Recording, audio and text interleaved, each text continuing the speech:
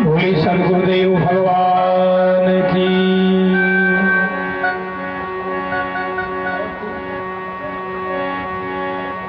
गजानंद भगवान की जय हो। इष्ट देव भगवान की जय हो। गुरुर्ब्रह्मा गुरुर्विष्णु गुरुर्देव महेश्वरा गुरुर्साक्षात् परम ब्रह्मा तस्मै श्री गुरुवे नमः।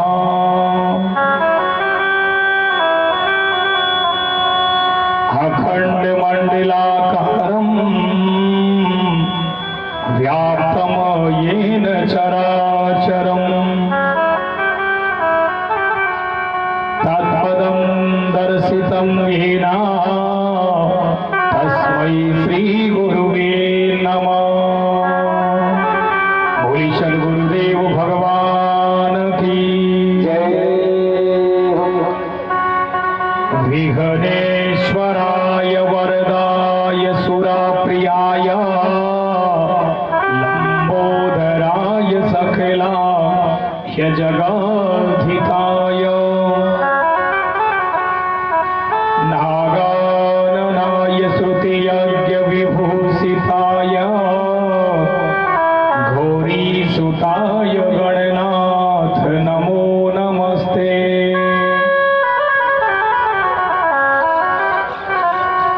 भोली गजानंद भगवान की जय।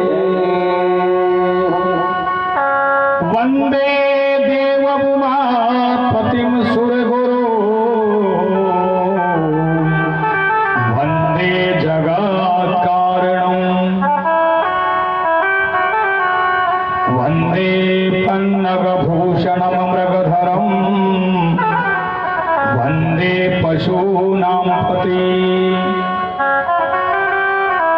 वंदे सूर्यशशाङ्कवहनिनयनं वंदे मुकुन्दप्रियं वंदे भक्तजनाश्रयं च वरदं वंदे शिवं शंकरं। बोली शंकर भगवान की जय। या कुंदेन्दु तुषारहार धवला या शुभ्रवस्त्रावृता या वीणा वरदंड मंडित करा या श्वेत पद्मासना या ब्रह्माच्युत शंकर प्रभृतिभिर्देवै सदा वंदिता। सा मां पातु सरस्वतीं भगवतीं बुद्धिं प्रदां शारदां बुद्धिं प्रदां शारदां। बोली सरस्वती मैया की जय। सच्चिदानंद रूपाय विश्वोत्पत्त्यादि हेतवे तापत्रय विनाशाय श्रीकृष्णाय वयं नमः। श्रीकृष्णाय वयं नमः। बोली बाल मुकुंद भगवान की जय। विघ्नश्री महाराज की जय। सुखदेव जी महाराज की जय। आदौ राम तपोवनादिगमनं हत्वा मृगं काञ्चनं वैदेही हरणं जटायुमरणं सुग्रीव संभाषणं बाली निर्दलयं समुद्रतरणं लंका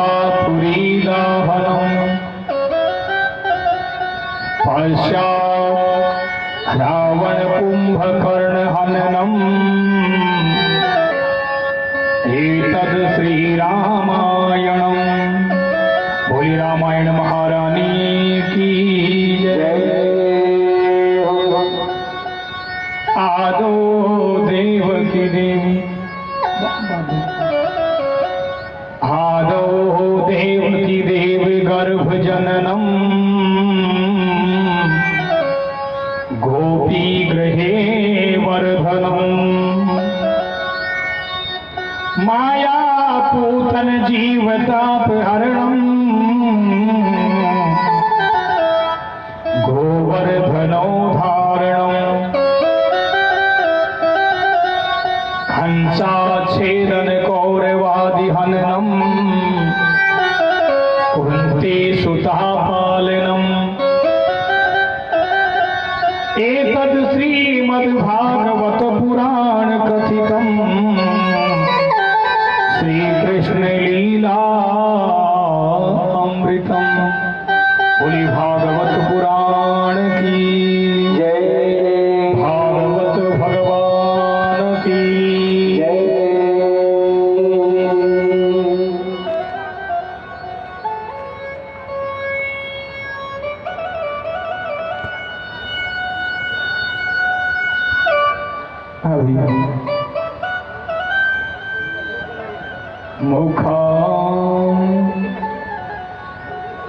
मुखां पवित्रा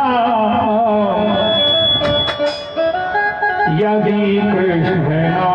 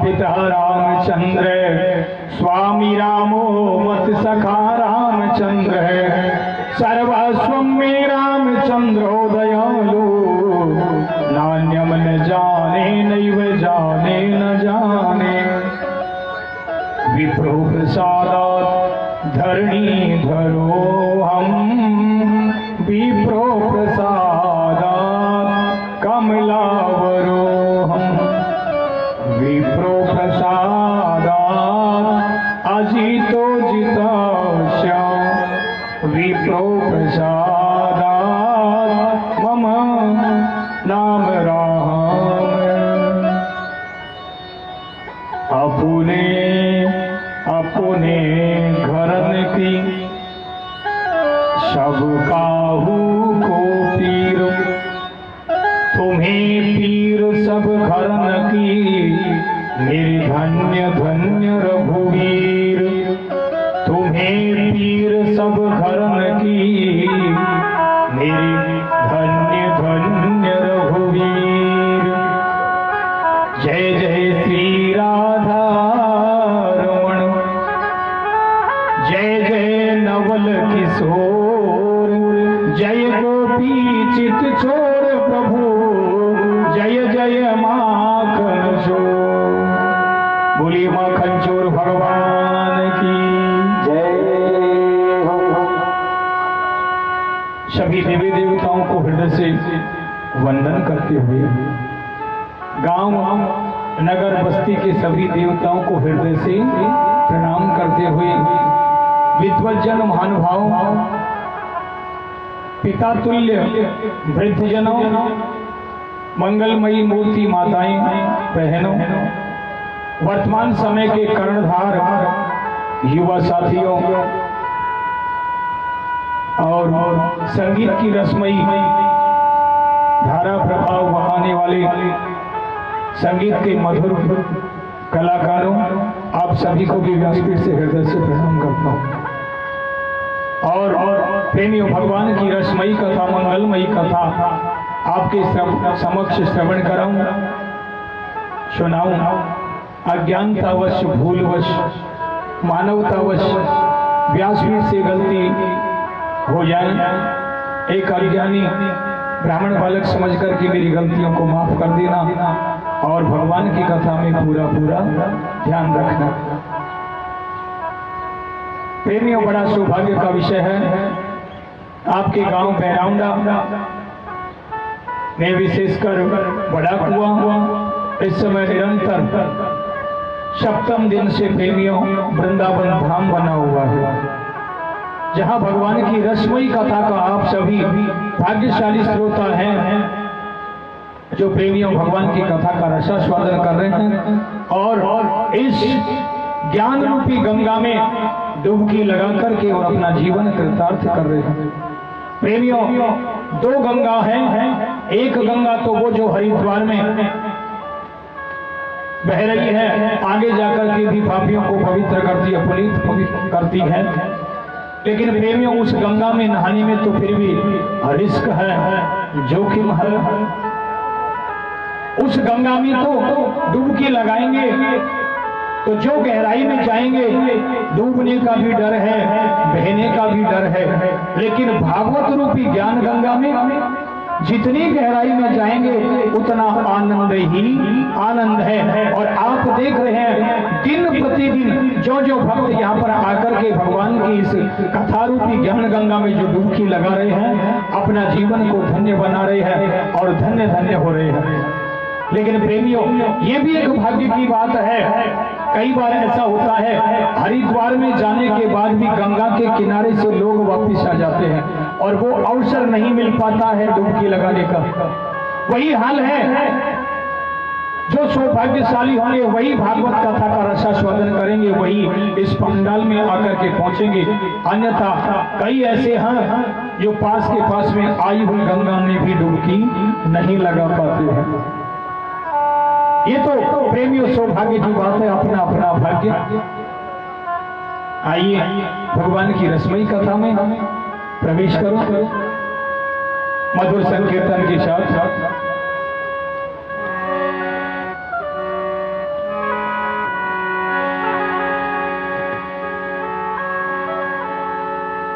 अपनी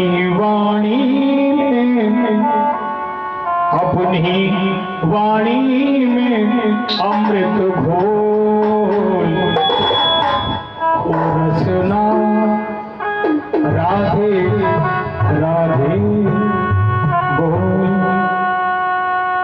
अपनी वाणी में अमृत घोल रसना राधे राधे बोल। ये बोल बड़े अनमोल, ये बोल बड़े अनमोल और रसना।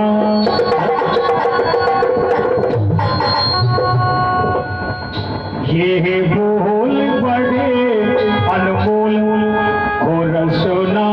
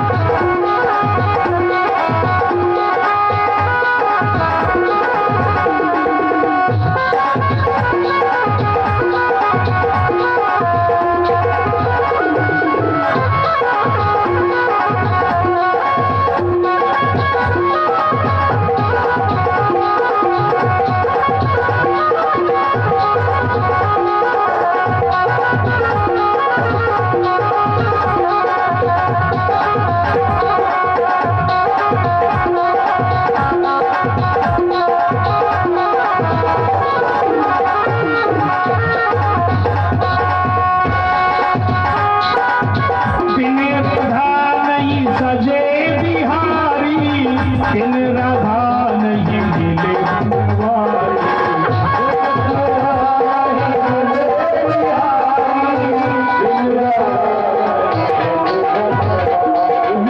बिन राधा नहीं सजे बिहारी, बिन राधा नहीं मिले बनवारी।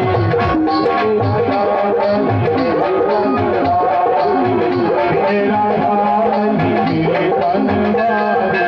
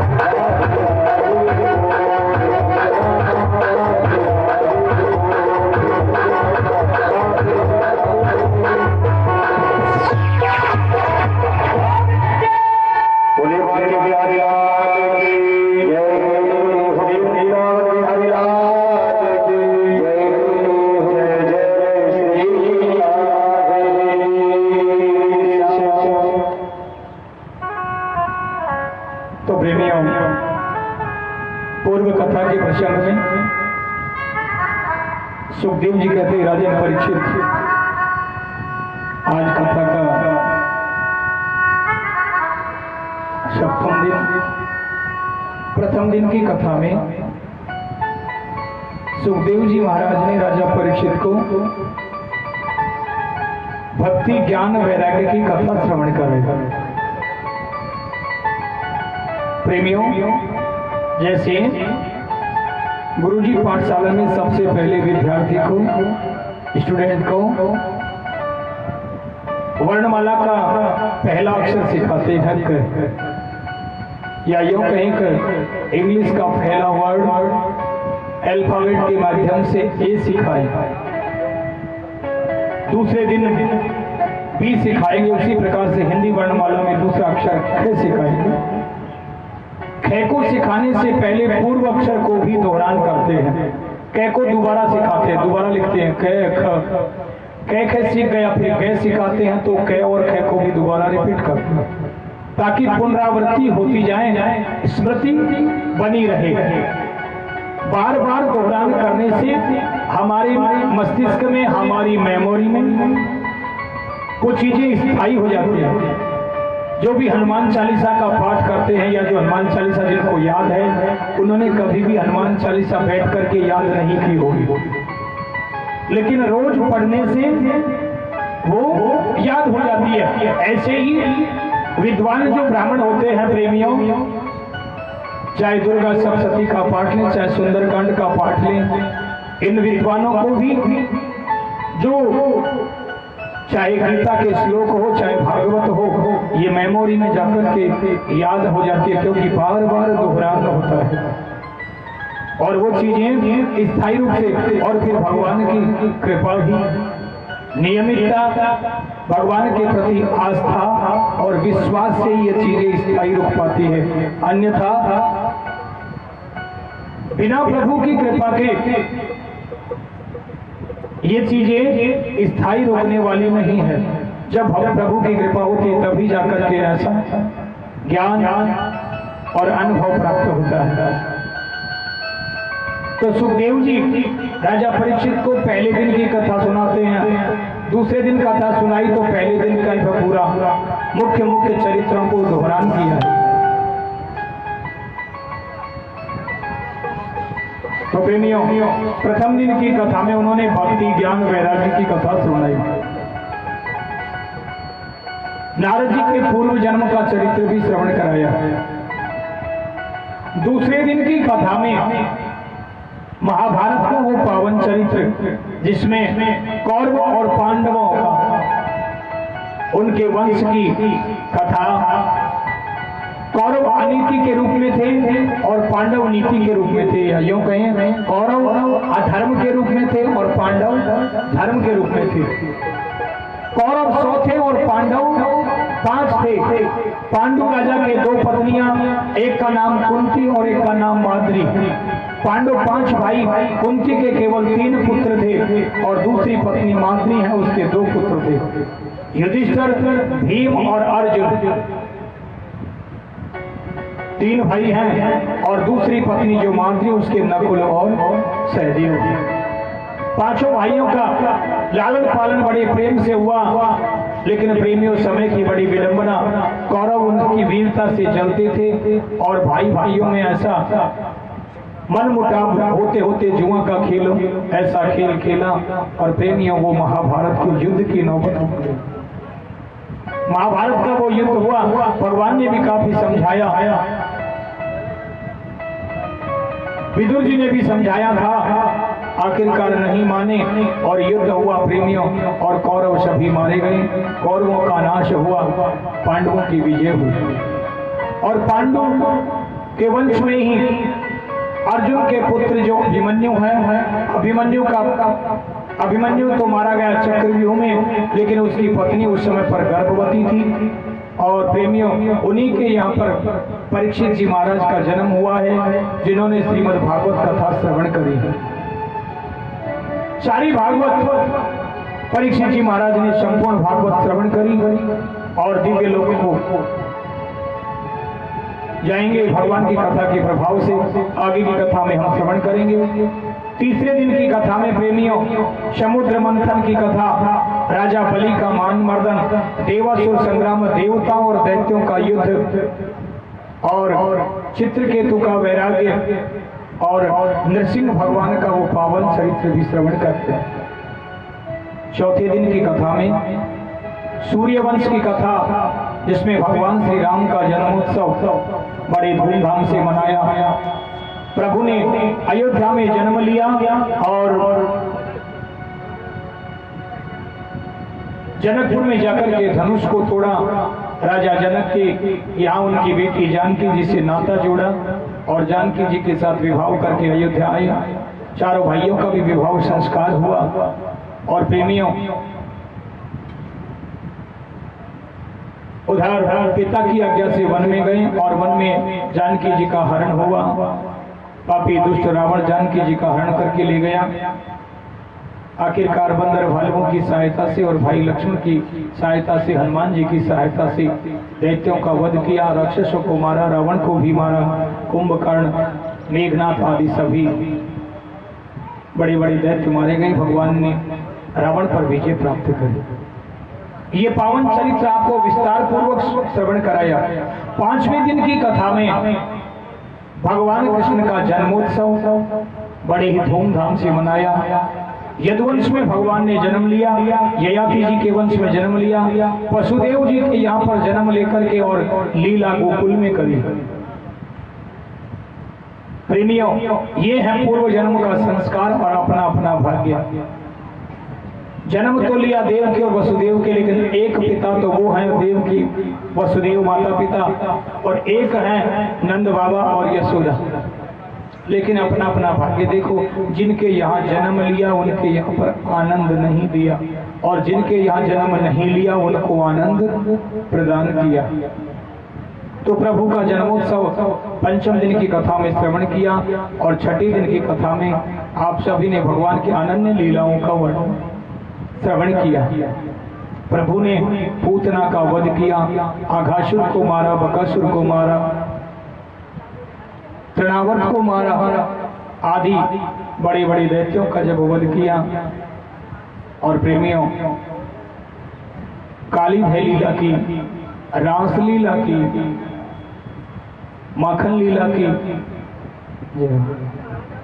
आदि अनेकों प्रभु ने अपनी लीलाओं का सुंदर आनंद भक्तों को प्रदान किया। सुखदेव जी कहते हैं, राजन परीक्षित, प्रभु का अन्य प्रकार की लीलाओं के माध्यम से प्रभु ने सभी को आनंद प्रदान किया। और गोवर्धन लीला की भी झांकी और गोवर्धन लीला का भी आप सभी श्रोताओं ने दर्शन किए। गोवर्धन लीला की कथा भी आप सभी ने श्रवण की।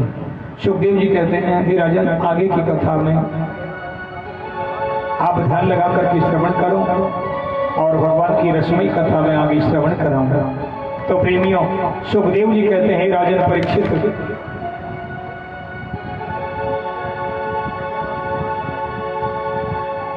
प्रभु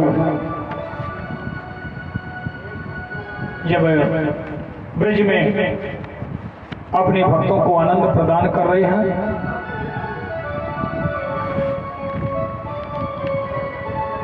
प्रेमियों, गोप ग्वाल उनके प्रेम में अपना सब कुछ भूल गई। गोपियां भगवान के प्रति, कन्हैया के प्रति अपार प्रेम है उनका।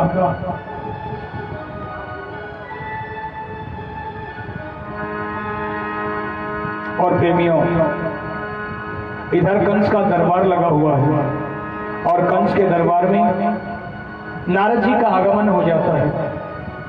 जैसे ही नारद जी आए और कंस ने नारद जी को उचित आसन प्रदान किया, चरण धोए और निवेदन किया, प्रभु क्या बात है,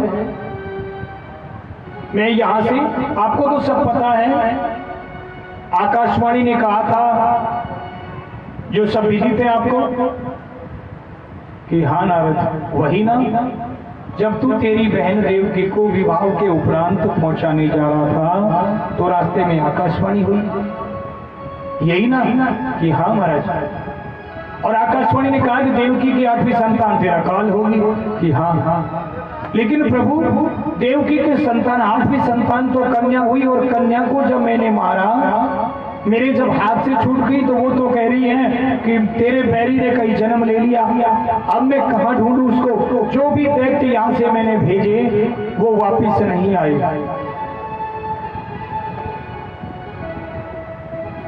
आखिरकार नारद जी जान गए कि अब तो इस पापी को और तैयार करना है, पाप और बढ़ाएंगे, या यो कहें कि भगवान का आगमन जल्दी हो, ये पापी जल्दी मारा जाए।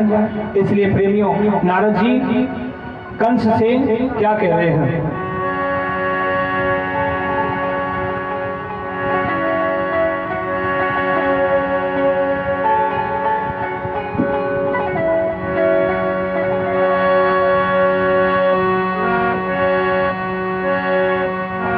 यशोदायाम सुताम कन्या, यशोदायाम सुताम कन्या, देवक्याम कृष्णमेव च, राम रोहिणी पुत्रो वसुदेवेन विभ्यतः।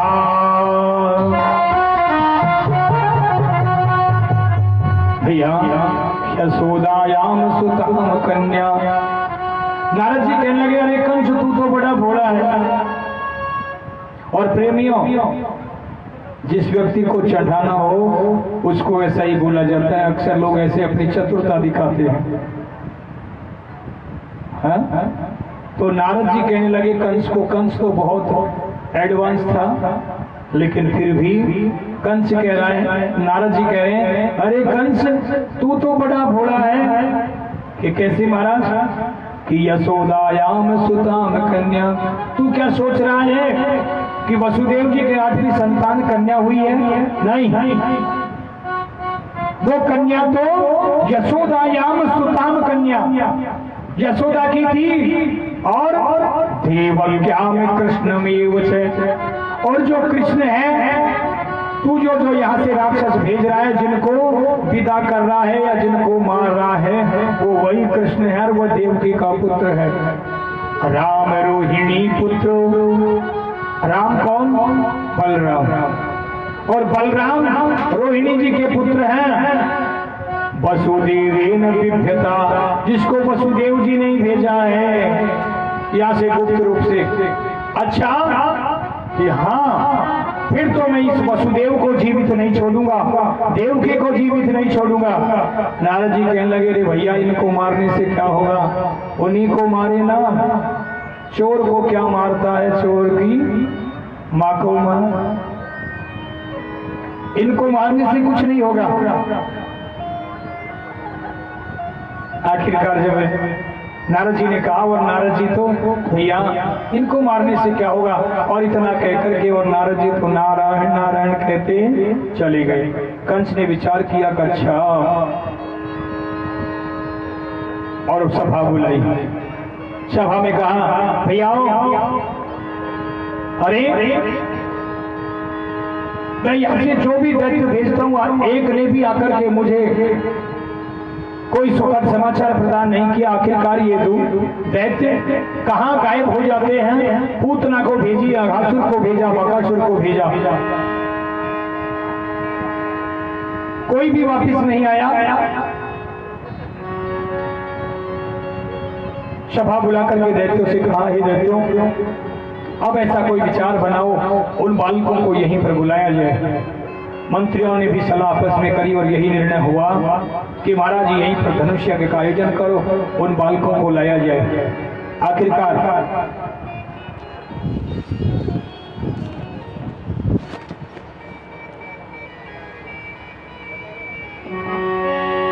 सभा के मध्य में सभी एकत्रित हैं और प्रेमी उसी सभा में अक्रूर भी विराजमान है। अक्रूर जी महाराज जब विराजमान थे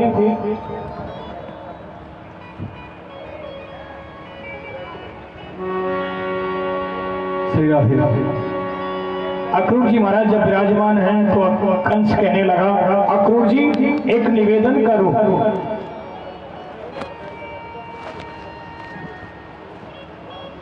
बार बार जब सभा के बीच में कंस दैत्यों को अवगत करा रहा है कि क्या करना चाहिए और कोई विचार, अक्रूर जी भी सभा के बीच में बैठे हुए थे।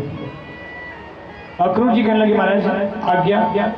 अक्रूर एक बात मेरे दिमाग में आ रही है, मेरे विचार आ रहा है मेरे मस्तिष्क में कि उन जो दो बालकों के लिए नारद जी ने कहा उन बालकों को यहीं पर बुला लिया जाए तो। कि हाँ महाराज मैं क्या समझूं। अक्रूर जी महाराज तो खामोश रहे, लेकिन आखिरकार कंस का तो निर्णय बड़ा प्रगाढ़ था और कंस ने यही निर्णय दे दिया।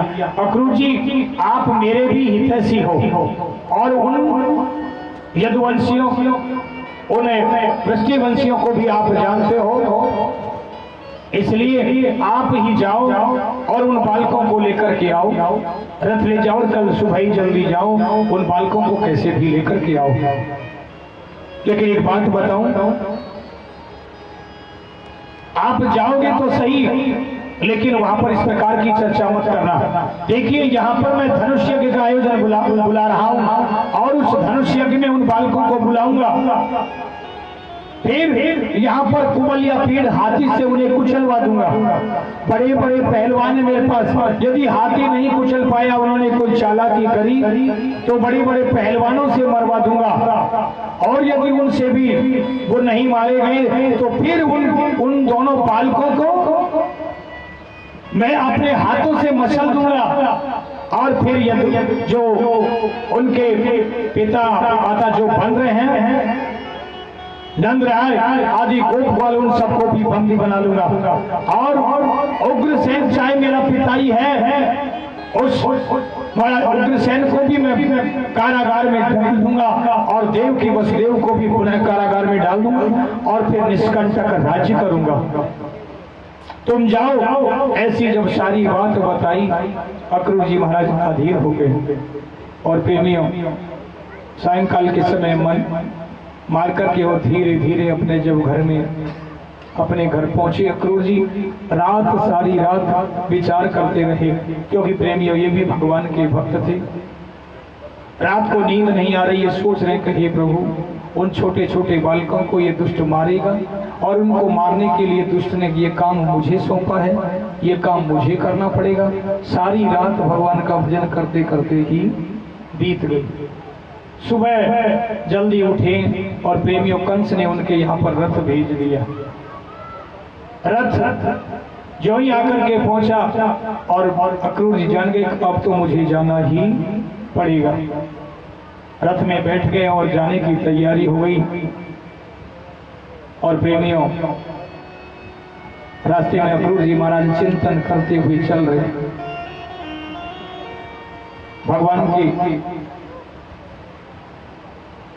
भगवान के स्वरूप का चिंतन करते हुए जब चल रहे हैं, प्रेमियों सारा दिन भर रथ चला। सायंकाल हो गई, संध्या का समय हो गया, और संध्या के समय पर ही जैसे ही ब्रज में गोकुल की ओर जब प्रस्थान करके पहुंचे हैं,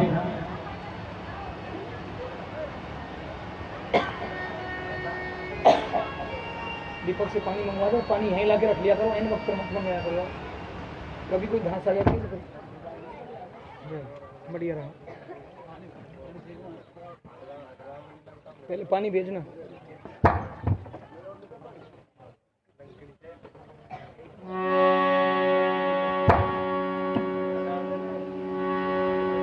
प्रेमियों, संध्या का समय हो गया और अक्रूर जी ने जैसे ही गोकुल के द्वार पर पहुंचे हैं, गोकुल में तो चारों तरफ भगवान के गीत गाए जा रहे हैं। गोपियां भी बड़ी प्रसन्न मुद्रा में है। गाय बनखंड से मधुवन से गायें जब चरकर की ओर आ रही हैं,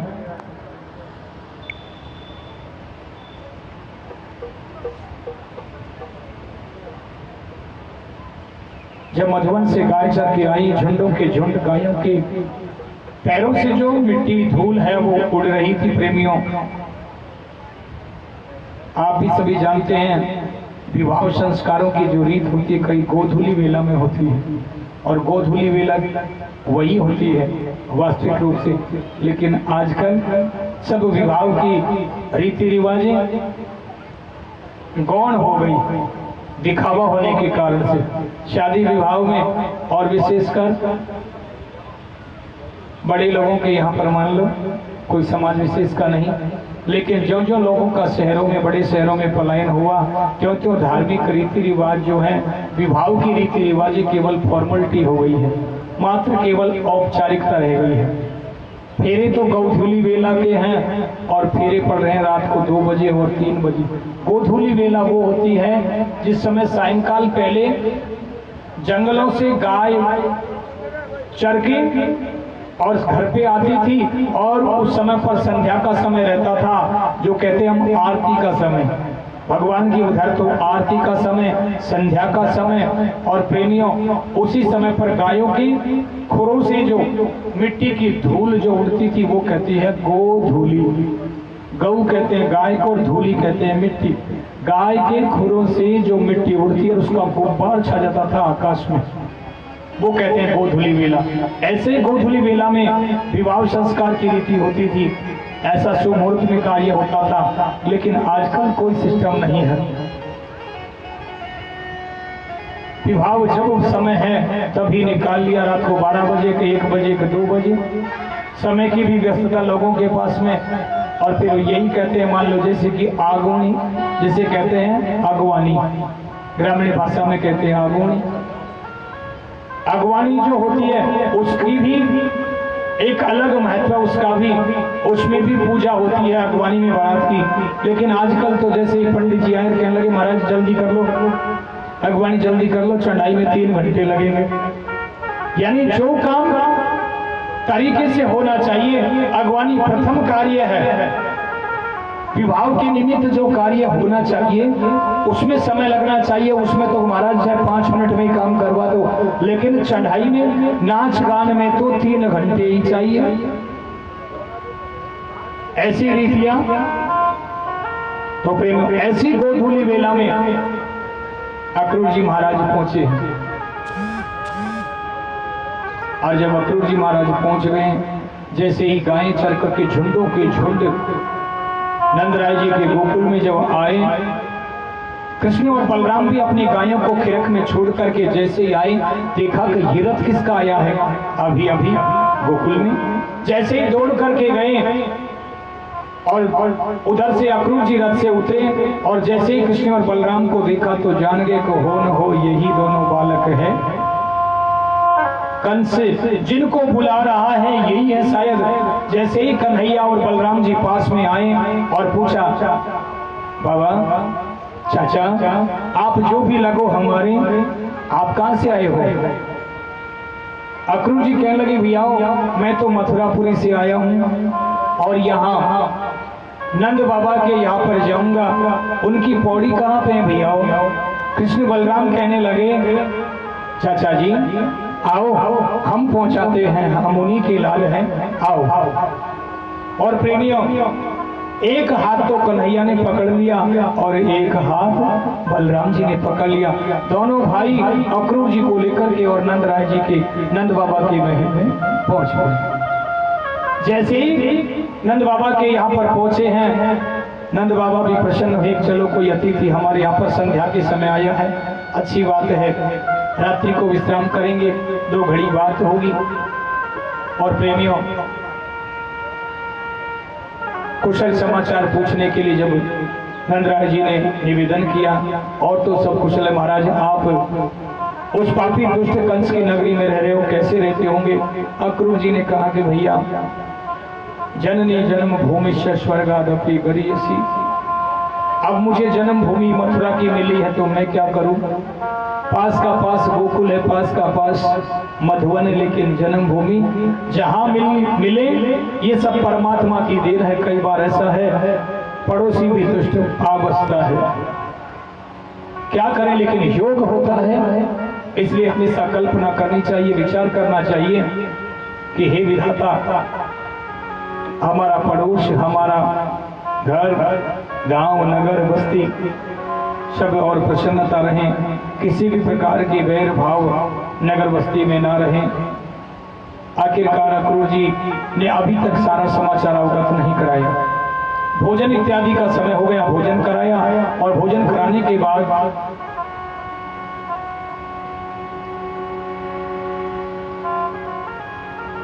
यही भोजन की तैयारी हुई। भोजन उपरांत भोजन कराने के बाद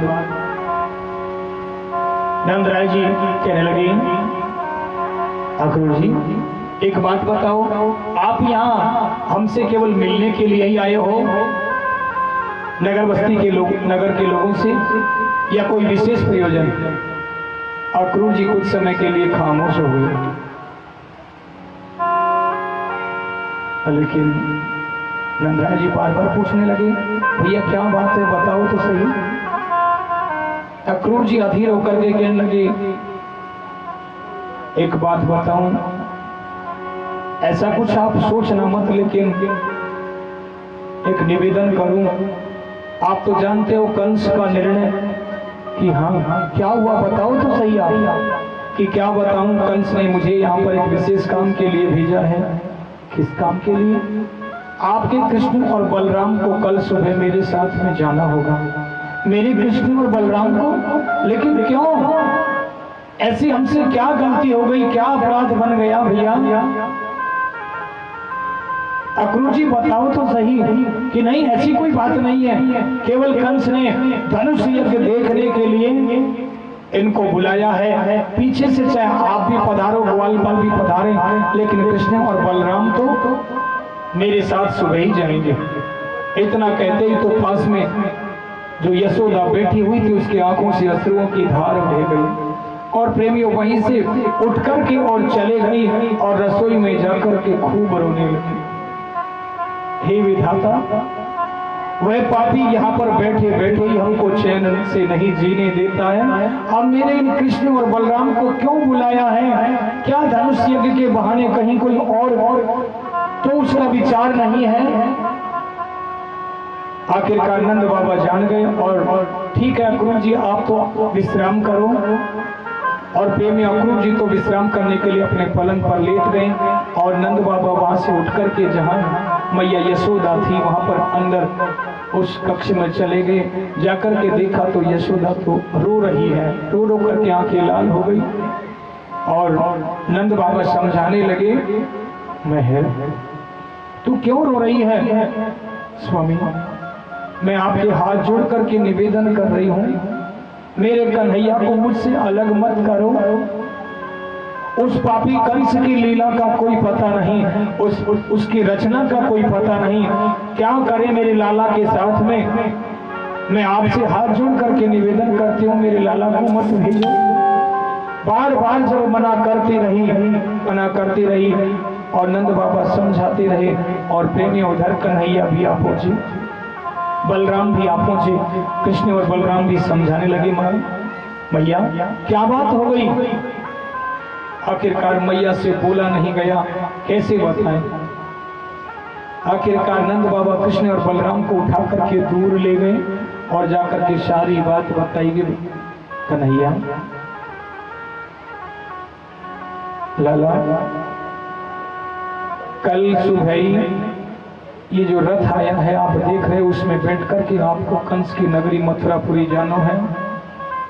ऐसा कंस का महाराज का आदेश है, धनुष यज्ञ देखने तुमको बुलाया है। तो बाबा इसमें रोने की क्या बात है? धनुष यज्ञ देखने ही तो जाना है, मैं चले जाऊंगा और आ जाऊंगा। अरे कन्हैया तो नहीं जानता उस पापी को, वो हमें यहीं चैन से नहीं बैठने देता है। वो बड़ा क्रूर है, पापी है। सारी जनता जनार्दन, मथुरा नहीं मथुरा के आसपास का क्षेत्र सब लोग उसके राजकार्य से, उसके राज से सब दुखी है। यहाँ तक कि उसके परिवारजन, यहाँ तक उसकी पत्नी, यहाँ तक उसके पिता महाराज उग्रसेन तक दुखी है। और जो राजा अपने पिता का नहीं है वो किसका हो सकता है? जो अपने बाप का नहीं हो सका, जो अपनी माँ का नहीं हो सका, वो किसी का सगा नहीं हो सकता।